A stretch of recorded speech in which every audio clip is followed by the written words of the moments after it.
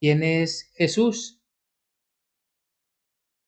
Marcos capítulo 8, versículos 31, versículos 27 al 38.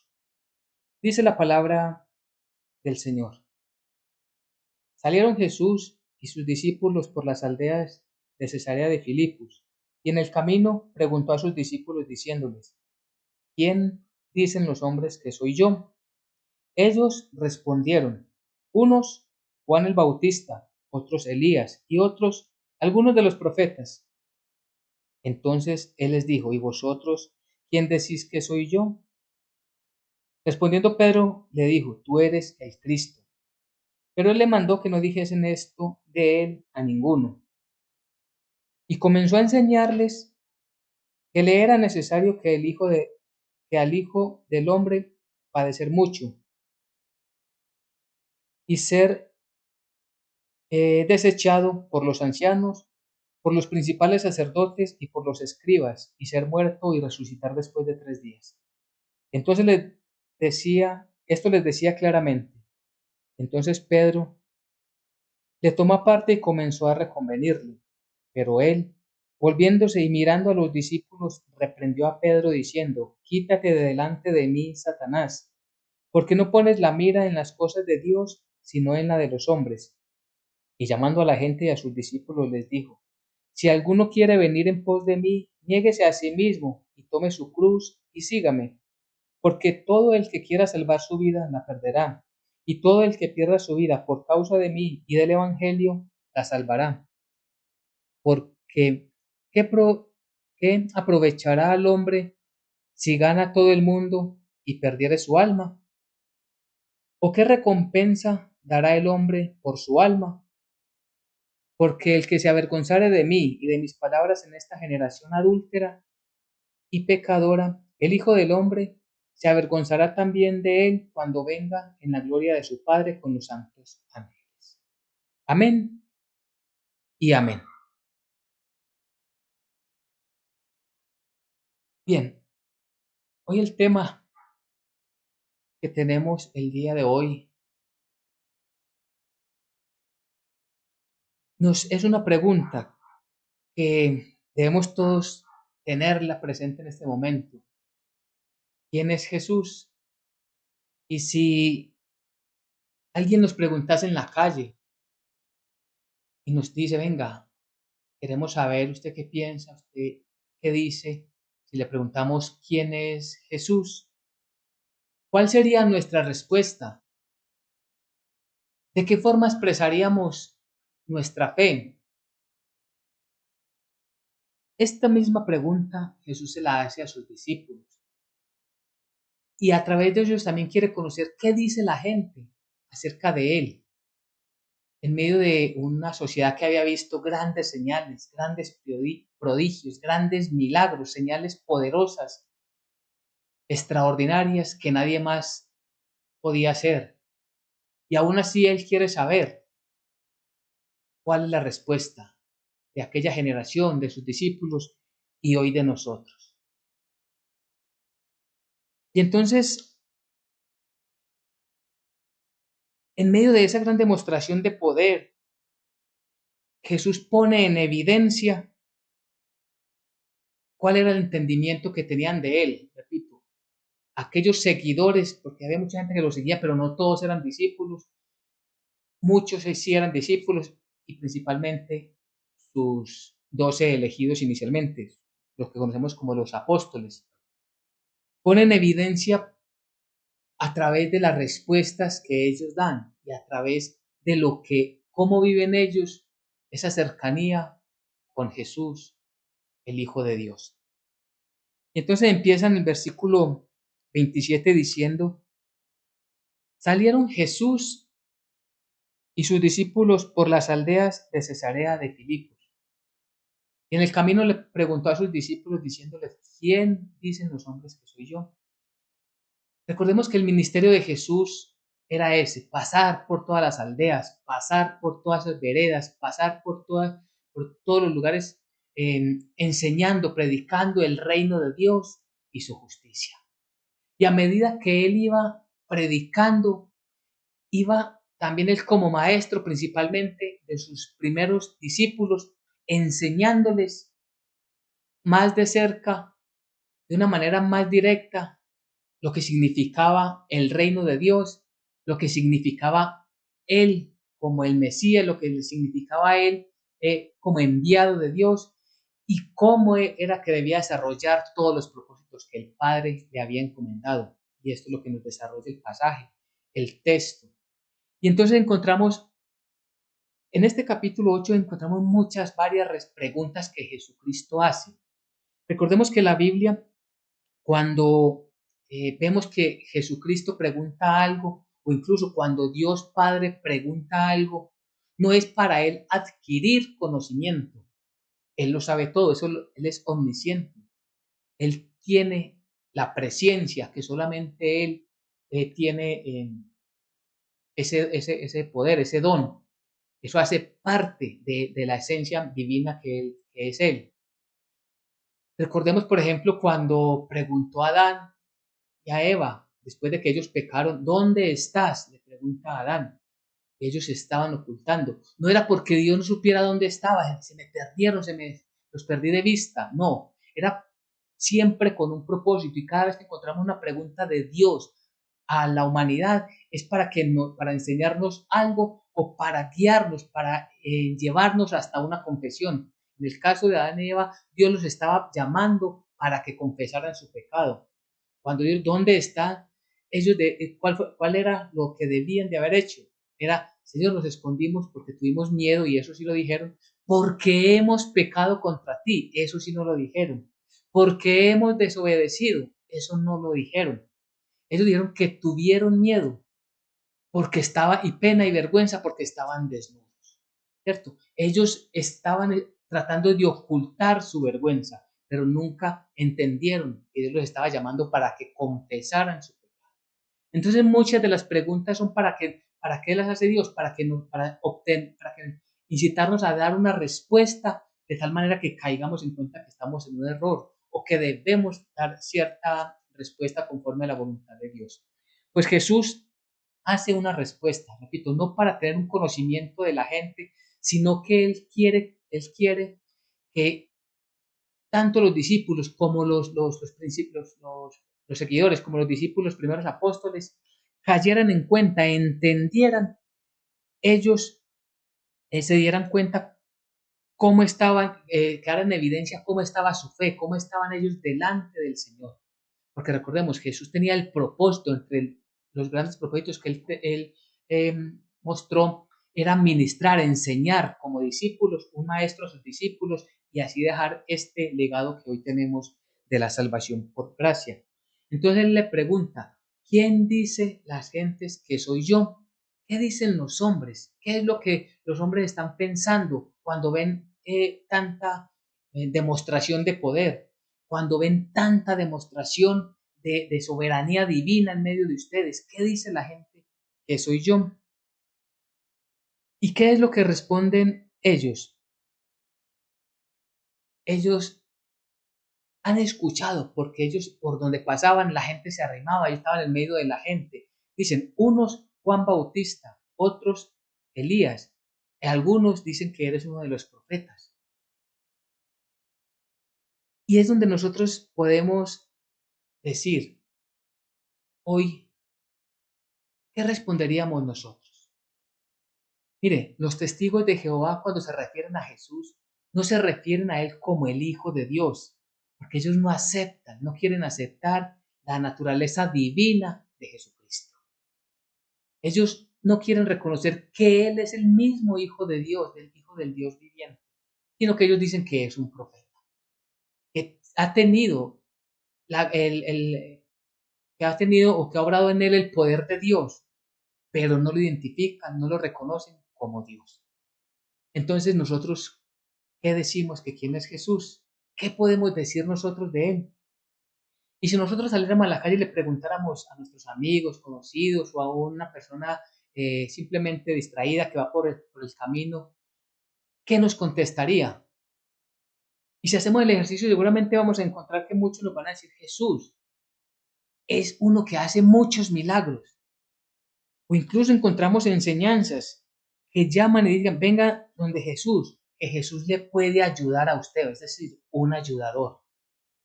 Venga que en Jesús va a encontrar ese milagro que usted tiene. Es un milagrero. Vengan que Jesús, Él tiene poder para sacar su hogar adelante o para sanar a su hijo.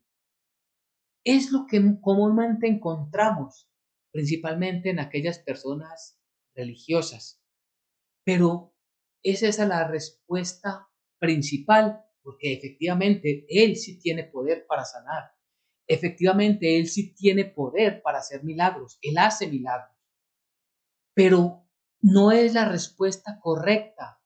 No es la respuesta principal que nosotros debemos tener y que nosotros deberíamos esperar de la gente. Recordemos, esto en qué pone en evidencia que hay un desconocimiento real, verdadero de la palabra de Dios. Cuando no encontramos la respuesta que el Señor quiere que demos, Él nos deja en evidencia que aún nosotros mismos que decimos que somos creyentes, que somos cristianos, nos falta asimilar y guardar bien en nuestra mente y en nuestro corazón lo que significa Jesucristo, lo que significa Jesús, el Hijo de Dios. Porque todas estas respuestas iniciales se refieren precisamente a Jesús, a ese Jesús como un hombre un poco diferente, un poco mayor al resto de los hombres, pero no a ese Jesús divino. Y si no dejamos claro que Jesús es el mismo Hijo de Dios, que es divino, entonces se corta, se parte, se divide la enseñanza. Y ahí salen esas doctrinas equivocadas que no podemos permitir que nos sucedan a nosotros. Pues era lo que estaba sucediendo en medio de ellos. Ellos veían unas bonitas enseñanzas, ellos veían que hacía milagros, ellos veían que hablaba incluso de profecías, pero aún no entendían que Él era el Mesías. Y vamos a seguir lo que dice el versículo 29.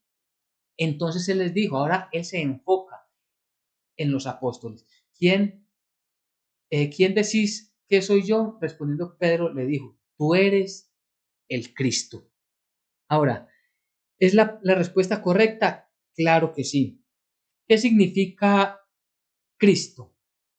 Porque es algo también que nosotros debemos entender. Si nos dice, venga, usted me dice que Él es el Cristo, ¿y qué significa Cristo? ¿Qué significa ser el Cristo? Cristo primero significa el ungido de Dios. El ungido es alguien que fue separado de Dios, consagrado por Dios, ungido de Dios para una misión. Incluso desde el original es para un oficio, para un servicio.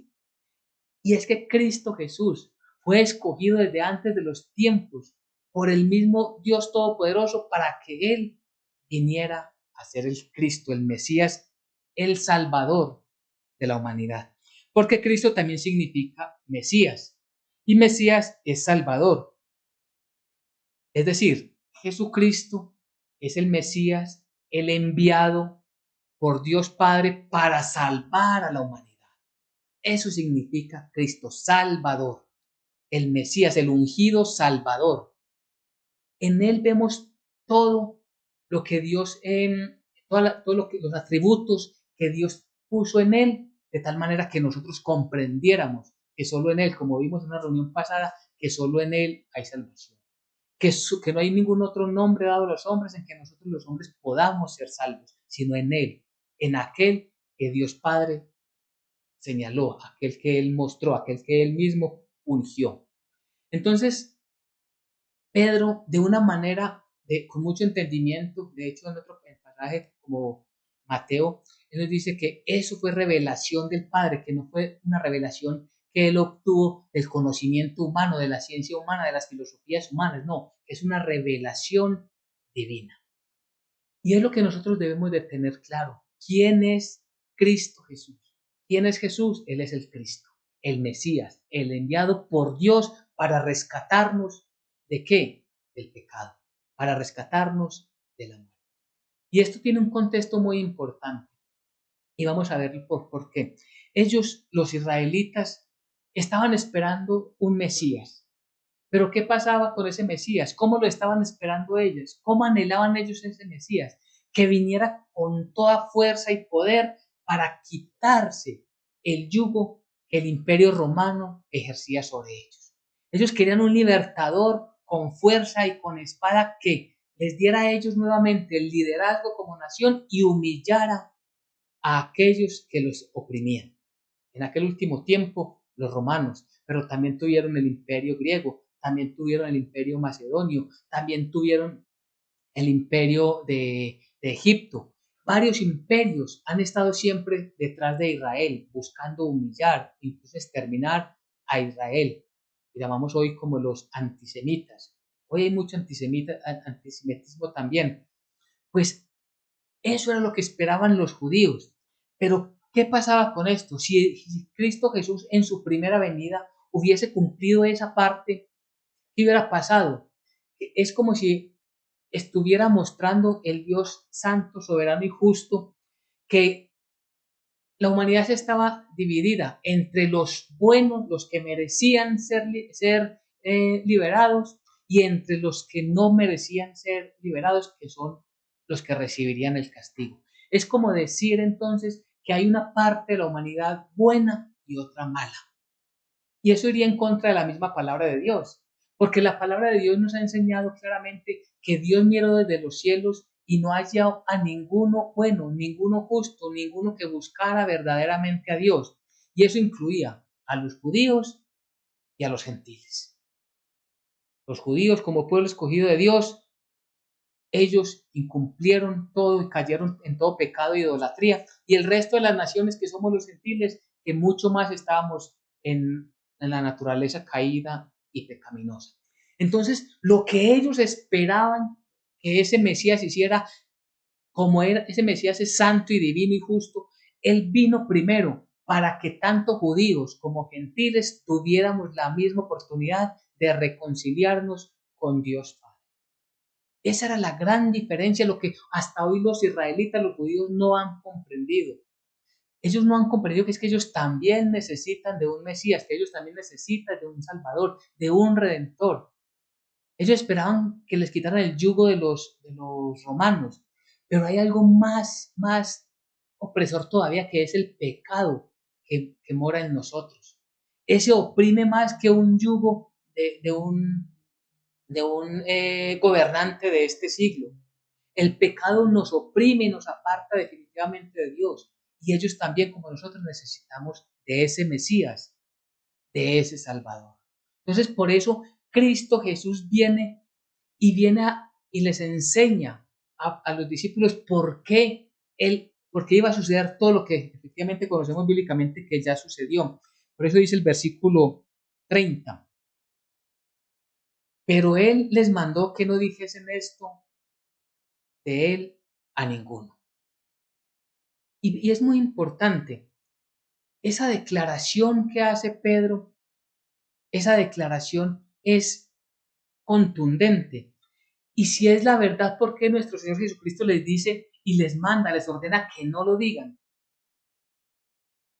Que no se lo cuenten a nadie. ¿Por qué? Porque todavía Él no había pasado por la cruenta cruz. Todavía no se había completado al 100% el ministerio entregado e encomendado por el Padre para que Él cumpliera. Entonces, si ellos no comprendían a plenitud lo que significaba ser ese Mesías, lo que significaba ser ese Salvador, entonces ellos no iban a comprender o a recibir esa gracia que el Señor nos estaba dando en Él, en la persona de Jesucristo. Era importante que se cumpliese todo para que al Él morir y resucitar al tercer día, morir, ser sepultado y resucitar, allí se iba a empezar a predicar completamente este evangelio. Y ahora sí podíamos los judíos y el resto de la humanidad comprender por qué todo esto tenía que suceder. Entonces, por eso hasta ese momento, si salían abiertamente a decir que él era el Mesías, ¿qué iba a hacer la gente? Lo que ya estaban haciendo muchos, pues iban a venir muchos más a buscar a ese Jesús milagrero, a buscar a ese Jesús que tenía poder, a buscar a ese Jesús que les daba comida, a buscar a este Jesús que incluso resucitaba muertos, pero no a ese Jesús, a ese Cordero inmolado, que era necesario que Él muriera para que nuestros pecados fueran quitados.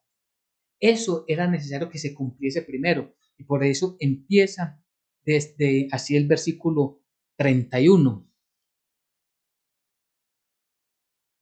Dice, y comenzó a enseñarles que era necesario que el Hijo del Hombre, que al Hijo de, perdón, y comenzó a enseñarles que le era necesario al Hijo del Hombre padecer mucho y ser desechado por los ancianos, por los principales sacerdotes y por los escribas, y ser muerto y resucitar después de 3 días.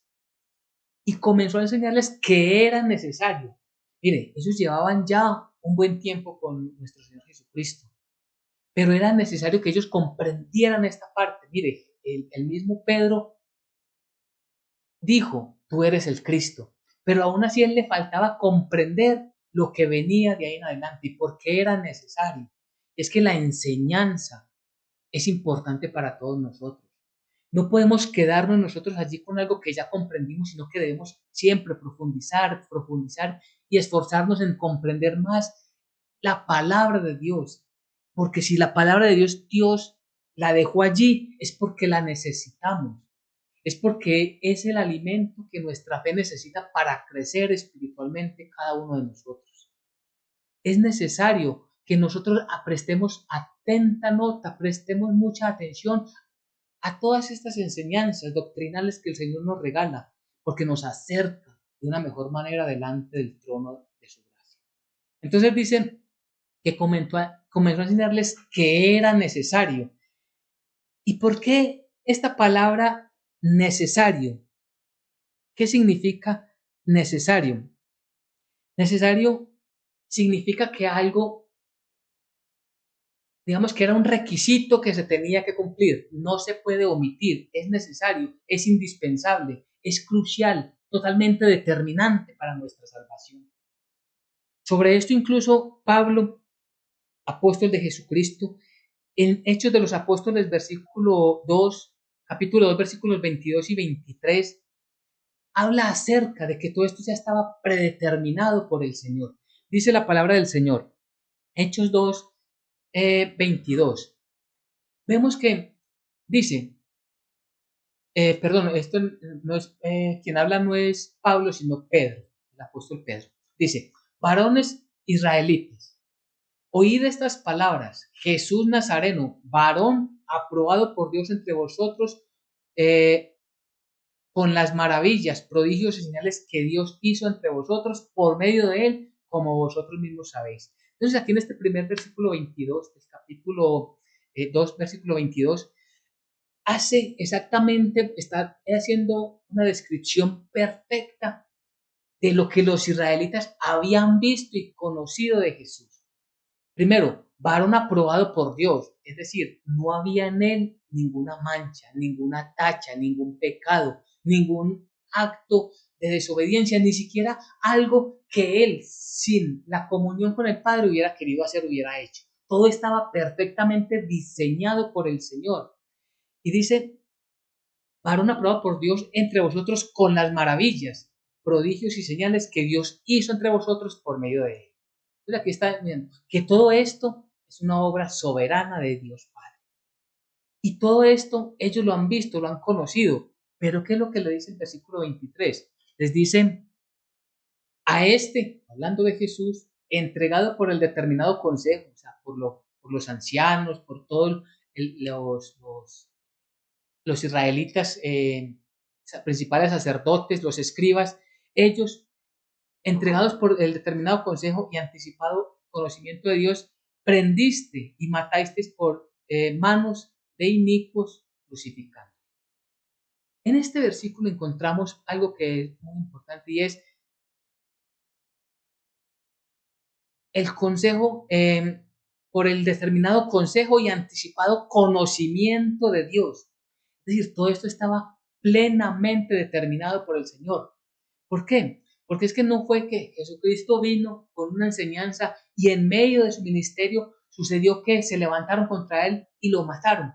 Y entonces ahora Dios tiene que mover sus cartas o su juego como un ajedrez. Y bueno, ya que la humanidad hizo esto, ahora yo voy a mover esto. No, todo estaba en el conocimiento anticipado de Dios. Dios ya sabía lo que iba a suceder. De hecho, Dios mandó a su Hijo para morir en la cruz. No, a Dios nada lo coge por sorpresa.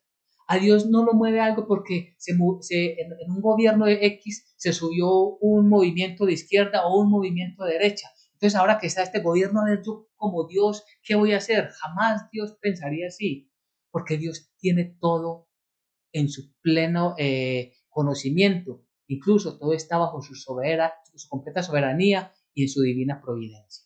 Entonces, todo lo que debía de pasarle a Jesucristo o por todas las cosas que debía pasar Jesucristo ya estaba predeterminado desde antes de los tiempos. Y era necesario, por eso, volviendo a Marcos 8, era necesario que esto sucediera. Eso se tenía que cumplir, no se podía omitir absolutamente nada de lo que el Señor ya había mandado, de lo que el Señor ya había predeterminado. Lo que el Señor ya había anunciado, así tendría que suceder. Entonces el versículo 31 nos dice, comenzó a enseñarles que era necesario al Hijo del Hombre padecer mucho, era necesario que Él padeciera. Era necesario, ¿para qué? Para que el pleno propósito de Dios para salvarnos se cumpliera. Si Cristo Jesús no pasa por todo esto, nuestra salvación sería incompleta, sería imperfecta, no seríamos salvos. Por eso es que era tan necesario e importante que el Hijo de Dios cumpliera la misión que el Padre necesitaba para salvarnos. Nadie más podía hacerlo, ni siquiera uno de sus ángeles fieles. Solamente el mismo Dios, como fue anunciado por los profetas, yo mismo lo salvaré, dice Dios. Es Él, Cristo Jesús, quien nos ha salvado. Entonces, todo esto que dice, y comenzó a enseñarles que le era necesario al Hijo del Hombre padecer mucho y ser desechado por los ancianos, por los principales sacerdotes y por los escribas y ser muerto y resucitar después de 3 días. Lo que nos decía Hechos, el consejo. Ese consejo que se reunió allí lo entregó en manos de quién? En manos de pecadores. ¿Para qué? Para crucificar, para matarlo. Y él, después de que fue muerto, sepultado, resucitó al tercer día y sabemos que eso se cumplió a plenitud. Entonces vemos esa diferencia, porque Pedro arriba había dicho que tú eres el Cristo, pero no conocía que esto tendría que suceder. Mire, si nosotros vamos a Juan 6:69, vemos más completa la expresión de la respuesta de Pedro. Allí él dice, nosotros hemos creído y conocemos que tú eres el Cristo, y aquí adiciona el Hijo del Dios viviente. O sea, tú eres el Cristo, el Mesías, el Salvador, el Redentor.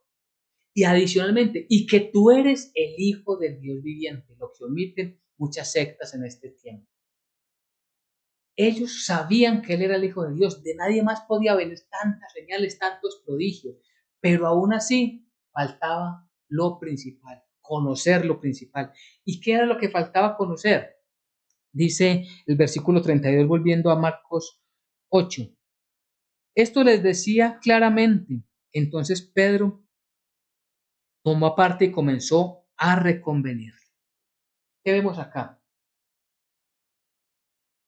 Todo lo que había anunciado el profeta Isaías, Isaías 53, del 3 al 12, allí comprendemos todo lo que el Mesías, todo lo que el Cristo debía de pasar, todo lo que le había de suceder. Y esto es lo que les enseña Cristo, lo que le está diciendo, es necesario. Pero ellos no comprendían, pero ¿por qué es necesario? O sea, pero si tú eres el mismo Hijo de Dios, ¿por qué no obvias esa partecita? ¿Por qué no obvias ese sufrimiento? ¿Por qué no quitas esa parte? Pero es que Él vino a obedecer plenamente la voluntad del Padre. ¿Cuánto nos cuesta a nosotros obedecer plenamente la voluntad de Dios? ¿Cuánto nos cuesta a nosotros seguir en obediencia todo lo que el Señor manda para nuestras vidas? ¿Cuánto nos cuesta? Y hacemos exactamente lo que hace Pedro. ¿El qué hace? Empieza a reconvenirle. Cuando decimos reconvenirle, En Mateo 16:22 encontramos más claramente qué es lo que él quería, qué era lo que le estaba diciendo, qué era lo que Pedro quería, según él, qué era lo que Cristo de Jesús debía hacer. Entonces Pedro, tomándolo aparte, comenzó a reconvenirle, diciendo: Señor, ten compasión de ti. En ninguna manera esto te acontezca. Mejor dicho, Pedro, en representación de la humanidad, aconsejando a Dios. Es decir, nosotros queriendo organizarle el plan a Dios. Señor, todo tu plan es perfecto, pero yo creo que podemos cambiar esto, Señor, o cambiar aquello otro. Esa es la naturaleza engreída de nosotros los seres humanos, que creemos que nosotros podemos aconsejar a Dios, que podemos negociar con Dios, que podemos transar con Dios. Es nuestra insensatez la que nos lleva a pensar así. Recordemos lo que pasó con Abraham y su esposa Sara. Dios le había prometido a Abraham, un hombre anciano de casi 100 años, y su mujer anciana y estéril, que él les iba a dar un hijo.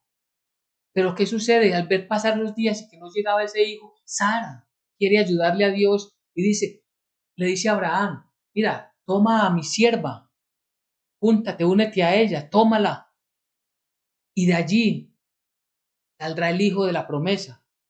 Queremos arreglarle la vida a Dios, queremos organizarle los planes a Dios, y ahí viene y se creó hasta hoy un problema para Israel. Ismael tiene una descendencia que hoy es completamente antisemita. Ellos se levantan hasta hoy y persiguen a Israel. ¿Por causa de qué? De nosotros querer ayudarle a Dios. Y cada vez en nuestro propio contexto, en el contexto individual, cada vez que queremos ayudarle a Dios, es que Dios me dice que haga esto, pero es que yo creo que no, yo creo que es muy extremista. Yo creo que no necesitamos. ¿Qué tal si hacemos esto otro? Pues es lo que acaba de hacer Pedro. No, no te acontezca esto, Señor. No necesitas parar. Podemos hacer otra cosa. Venga, miremos a ver qué más podemos hacer. No, Dios es omnisciente. Y nuevamente devolvámonos en el entendimiento del pasaje anterior.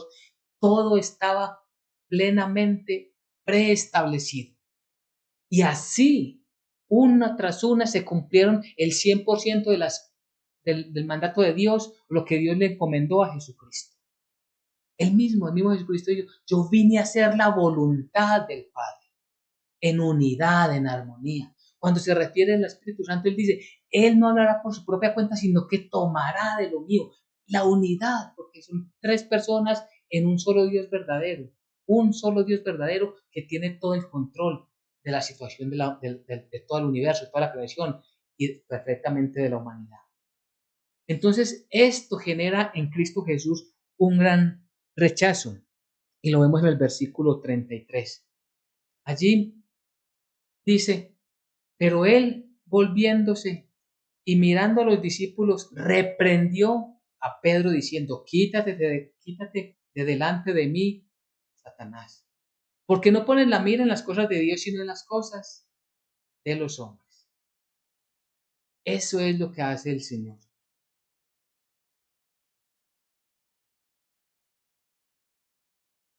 Cuando se está desviando la sana doctrina, hay una reprensión fuerte y directa de Dios.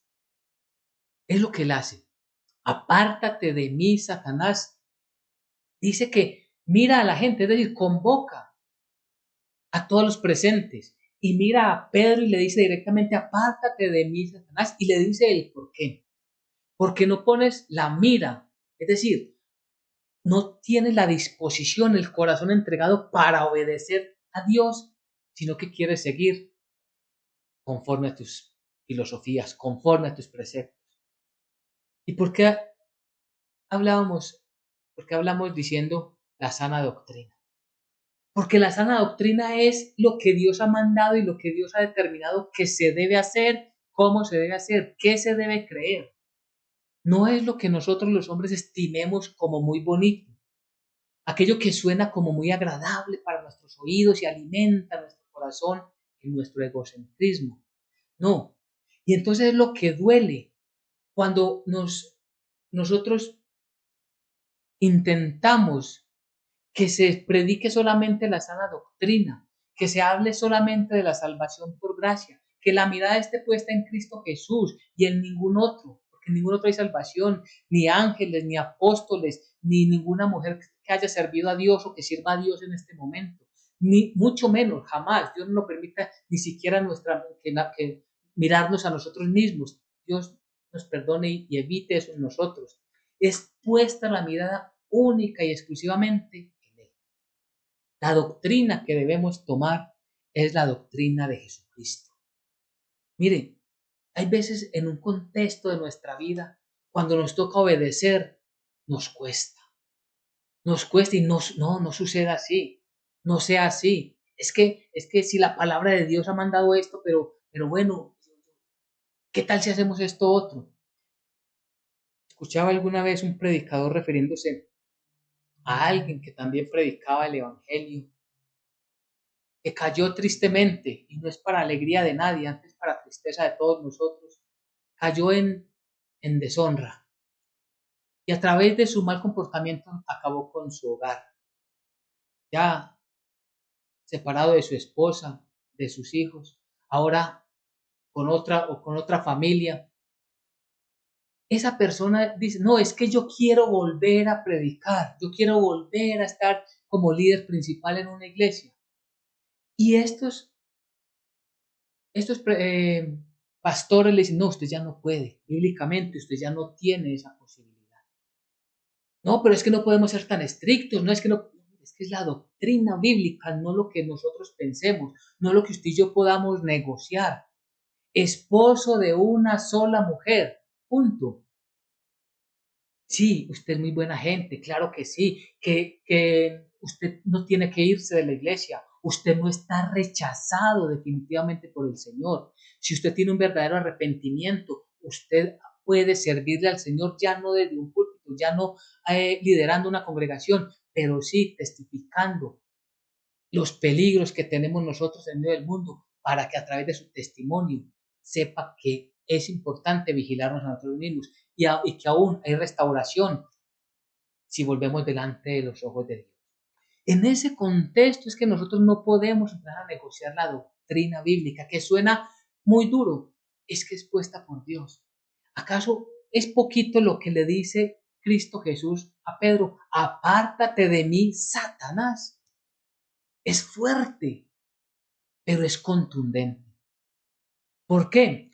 Porque no está poniendo la mira en las cosas de Dios, sino en las de los hombres. Porque estas doctrinas no ponen la mirada en el Señor, sino en las filosofías de los hombres. En que parece muy romántico decir que es que hay una madre de la iglesia. ¿Cuál madre de la iglesia? La Biblia no habla de madre de la iglesia. Suena muy romántico, suena muy amoroso, suena muy bonito, pero no es bíblico. Es que suena muy bonito que podemos invocar los ángeles porque los ángeles están al servicio de Dios y podemos hablar con ellos. Eso no es bíblico. Eso viene de Satanás. Y eso es lo que nosotros tenemos que enseñar. Y si somos mansos y humildes de corazón, es lo que tenemos que recibir. Poner las cosas en la mirada en el Señor y no en nosotros. Entonces, la influencia del maligno nos lleva a poner nuestra vida y nuestras prioridades en las cosas del mundo. Nuevamente, la influencia del maligno, la influencia de Satanás, nos lleva ¿para qué? Para que pongamos le demos la importancia de nuestra vida a las cosas de este mundo. Le demos prioridad a las cosas de este mundo y no a Dios. No le pongamos el énfasis de nuestra vida a cumplir el propósito de Dios. Y esa es la gran diferencia. Entonces aquí podemos ir nosotros como buscando esa respuesta. Porque recordemos que todo esto es una enseñanza que Dios pone a través de Jesucristo, el mismo Señor Jesucristo pone en evidencia el grado de desconocimiento del propósito de Dios que tenían aquellos discípulos. Y así nos deja en evidencia a nosotros también cuando no tenemos claro todo el contexto. Y allí va enfocado en la enseñanza que el Señor nos regala el día de hoy. Versículo 34. Y llamando a la gente de sus discípulos les dijo, Si alguno quiere venir en pos de mí, niéguese a sí mismo y tome su cruz y sígame. Aquí, versículos 34 y 35, encontramos algo que debemos comprender bien. No es una condición para la salvación. Cuando el Señor, el que quiera venir en pos de mí, niéguese a sí mismo, tome su cruz y sígame, dice el versículo 35, porque todo aquel que quiere salvar su vida la perderá, y todo aquel que pierde la vida por causa del Evangelio y de mí la salvará. No es un requisito para la salvación, no es una condición para la salvación, sino que es una posición sólida del creyente que recibió la salvación. Es decir, quien recibió la salvación, quien tiene este contexto anterior del que hemos venido hablando, de que esa salvación es en Cristo Jesús, de que Él murió, de que todos sus padecimientos, su muerte, su sepultura, su resurrección, todo esto hizo parte completo, pleno de ese plan de salvación para nosotros. Ahora estamos sólidos. Ahora podemos tomar la cruz que Él nos ha dejado y seguir. Como testificando. ¿Qué significa esa cruz? Llevar puesto el Evangelio en todas las cosas que hacemos, en todas nuestras acciones, en todas nuestras decisiones. Es que no, son como muy duras. No, llevémoslas, que el Señor nos va a acompañar en ese recorrido y no se nos hará pesada si depositamos toda nuestra fe y nuestra confianza en Él. Es en Él y en Él que debemos depositarnos y confiar y esperar en Él. Que nos cuesta por momentos se nos hace muy duro. Claro, porque cuando queremos resultados conforme al mundo, se nos vuelven las cargas muy pesadas. Pero cuando descargamos y ponemos toda nuestra esperanza en el Señor, recibimos siempre de toda su misericordia y de todo su favor. Y dice el versículo 36, porque ¿qué aprovechará al hombre si ganare todo el mundo y perdiere su alma? La mirada puesta en el mundo, las prioridades en el mundo nos llevan ¿a qué? A conquistar el mundo, pero a perder nuestra alma. Podemos ser los mejores en el mundo y tristemente, si una persona que dice ser creyente, que es cristiano y se va hacia el mundo, lo más seguro es que allí va a recibir muchos honores. Si no es verdaderamente una persona salva, va a recibir muchos triunfos, muchas riquezas, muchos reconocimientos, pero al final los llevan a la perdición. ¿Y por qué digo que si no es una persona verdaderamente salva? Porque si es una persona que es verdaderamente salva, será reprendido duramente por la mano del Señor, porque Dios al que ama reprende y castiga, dice la santa palabra de Dios, y lo volverá a traer, porque a través de ese sufrimiento, de ese castigo, esa persona reconocerá que se está alejando de Dios y que está equivocada. Pero si ha conquistado el mundo, allí se perderá. Allí esa persona definitivamente por el resto de la eternidad estará apartado del Señor. Y versículo 37.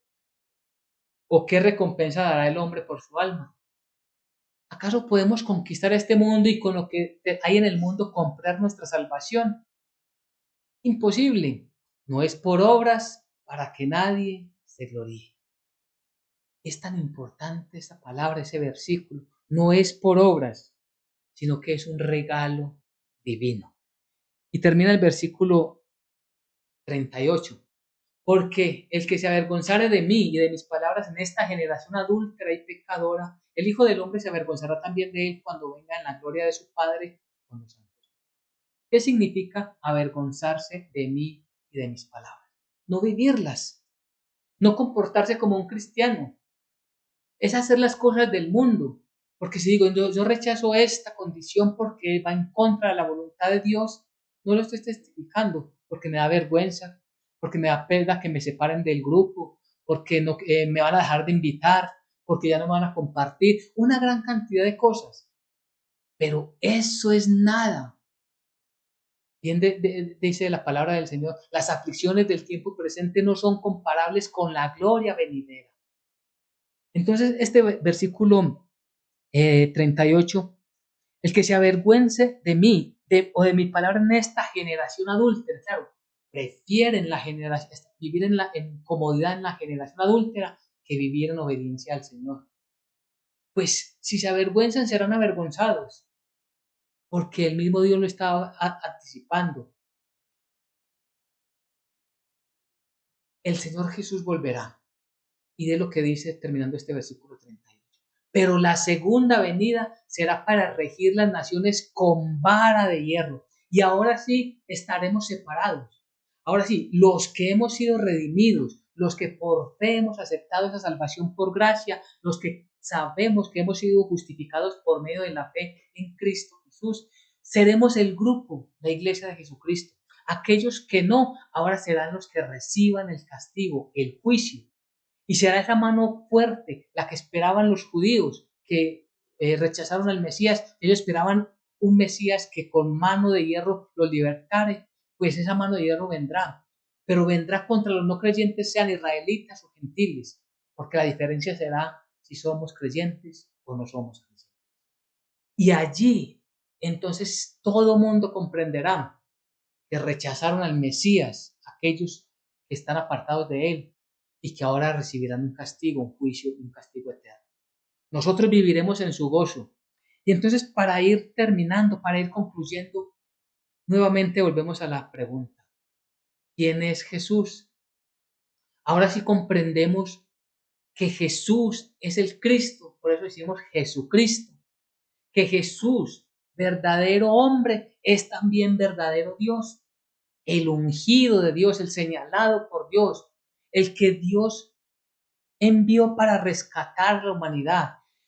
La oferta de salvación está abierta y está abierta hasta que la persona termine sus días en este mundo, es decir, hasta el momento de su muerte.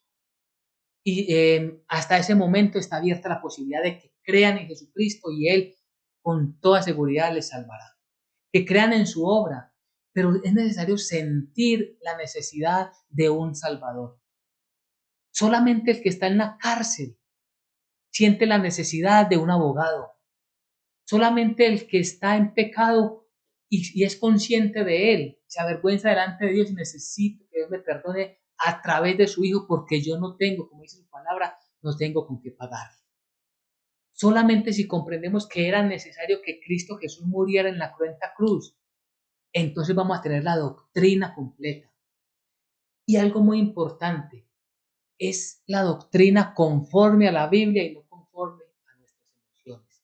No es conforme a las filosofías o a las que nosotros querramos tomar como mejor o más conveniente. Es conforme a la palabra de Dios. Entonces ahora sí podemos responder claramente y enseñar a otros quién es Jesús.